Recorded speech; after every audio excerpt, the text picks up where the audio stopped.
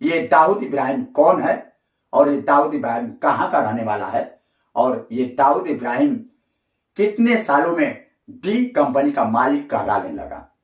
ये सभी सवालों का जवाब हम आपको बता। हालांकि अभी कोई भी आधिकारिक पुष्टि नहीं हो पाई है। दाऊद इब्राहिम का नाम उस दशक में आया। नमस्कार, मैं हूं प्रमोद कश्यप।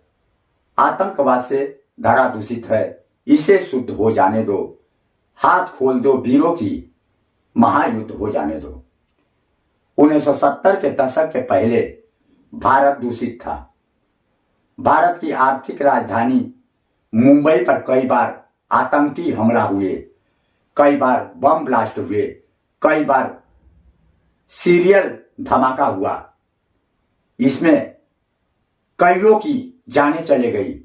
आर्थिक राजधानी को क्षति पहुंचाने की कोशिश की गई, चाहे वो 1993 का बम ब्लास्ट हो या फिर 2006 का ट्रेनों में सीरियल धमाका हो या फिर 2008 का आतंकी बम ब्लास्ट और गोलीबारी हो। ये सभी में एक ही नाम आया, वो था भारत का ही रहने वाला दाऊद इब्राहिम का। ये दाऊद इब्राहिम कौन है और ये दाऊद इब्राहिम कहाँ का रहने वाला है और ये दाऊद इब्राहिम कितने सालों में डी कंपनी का मालिक कहलाने लगा। ये सभी सवालों का जवाब हम आपको बताएंगे। दाऊद इब्राहिम दुनिया अंडरवर्ल्ड का सबसे बड़ा सरगना है, जो कि दुनिया इससे खौफ खाती है।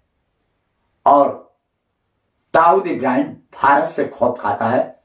दाऊद इब्राहिम कभी दुबई तो कभी पाकिस्तान भागता नजर आ रहा है। दाऊद इब्राहिम, खबर आ रही है कि उसे कराची में जहर पिला दिया गया है और वो 3 दिनों से अस्पताल में इलाज के लिए भर्ती है। हालांकि अभी कोई भी आधिकारिक पुष्टि नहीं हो पाई है। दाऊद इब्राहिम का नाम उस दशक में आया जब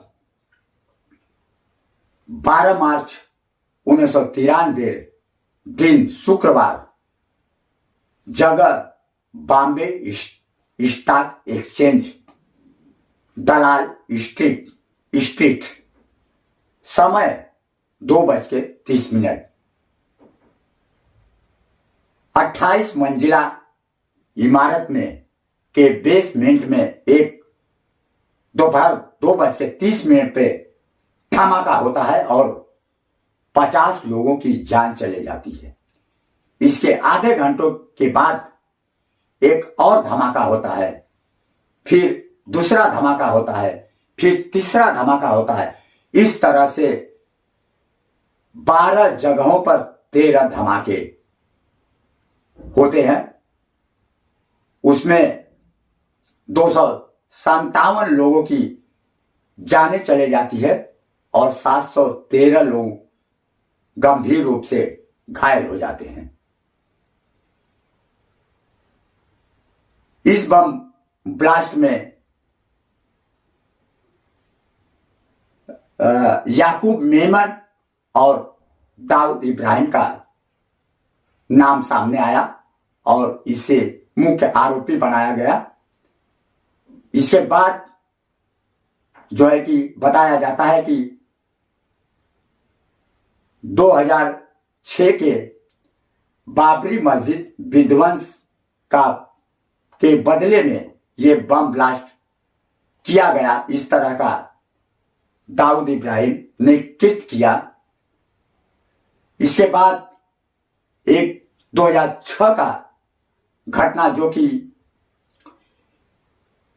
11 जुलाई 2006 समय 6:24, जो कि मुंबई का प्लेटफार्म लोगों से खचाखच भरा रहता है और कंपनियां, ऑफिस, फैक्ट्री छूटने का समय होता है। आप जरा कयास लगाइए कि उस समय कितना भीड़ होती है ट्रेनों में, और लोग घर जाने के होड़ में लगे रहते हैं। उस समय सीरियल 7 धमाके हुए। पहला धमाका विरार से चलने वाली ट्रेन में भाईंदर में हुआ, दूसरा धमाका बोरीवली में हुआ, तीसरा धमाका जोगेश्वरी में हुआ, चौथा धमाका माहिम में हुआ, पांचवा धमाका खार में हुआ और माटुंगा में हुआ। इस तरह से 7 सीरियल धमाकों से मुंबई ढल गई और उसमें 187 लोगों की जानें चले गई और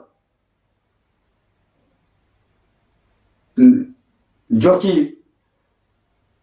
829 लोग गंभीर रूप से घायल हो गए,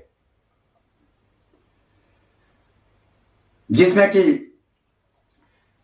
इस धमाके के पीछे डी कंपनी का मालिक ये 5 वर्षों में जो कि दाऊद इब्राहिम, जो किशोरा अवस्था में ही लूट, धोखाधड़ी, छिनैती करके 5 वर्षों में एक डी कंपनी का मालिक कहलाने लगा। 1986 में वो मुंबई से दुबई भाग गया। जब से भारत की पुलिस उसे ढूंढ रही है, तो कहीं वो दुबई छुपता फिर रहा है, तो कभी वो पाकिस्तान छुपता फिर रहा है, और अब खबर आ रही है कि उसे जहर पिला दिया गया, उसका इलाज चल रहा है। जनवरी 2023 में उसके भतीजे ने राष्ट्रीय जांच एजेंसी को बताया कि उसने दूसरी शादी कराची में कर ली है और उसका निवास स्थान कराची में ही है। अब आतंकवाद का सफाया होता नजर आ रहा है और देश और भारत आगे बढ़ रहा है। व्यक्ति बीमारी के वक्त ही स्वास्थ्य की कीमत को समझता है और जैसे ही ठीक हो जाता है वह सब कुछ भूल जाता है। आज के लिए बस इतना ही। प्रमोद कश्यप के साथ नमस्कार।